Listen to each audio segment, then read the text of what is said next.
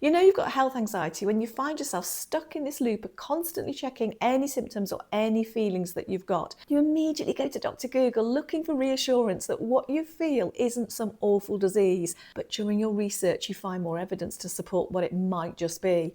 And that might just be, as more often than not, some form of cancer or life-threatening illness. Have you ever noticed that not once, not ever, have you even considered it might be leprosy or black fever or elephantitis?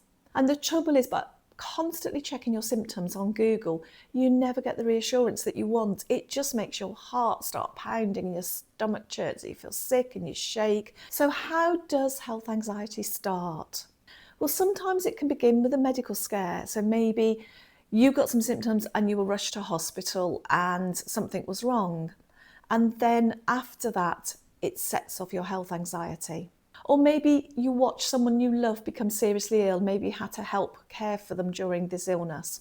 Or maybe you had a symptom that got ignored by your doctors and you kept going back and they just kept telling you there was nothing wrong. And it did turn out that you were right, and that can really trigger health anxiety from that point on. So from that moment on, your nervous system decides, I'm not going to let that happen again. I'll always make sure that you take notice from now on.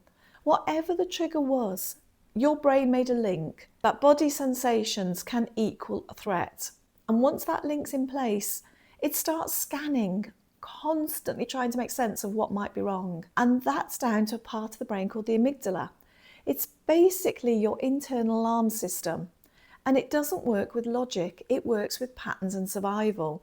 So if something once felt dangerous, the amygdala will keep you alert to anything similar, just in case.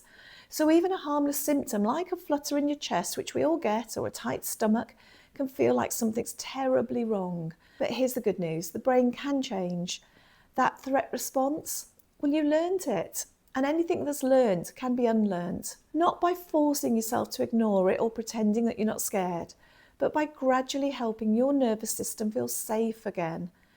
And when that happens, the alarm will quieten down, the checking will become less frequent, and you'll stop living in fear of your own body. If you'd like some extra support to help you work through this, please book a 15-minute discovery call so that we can have a chat about how we could work together.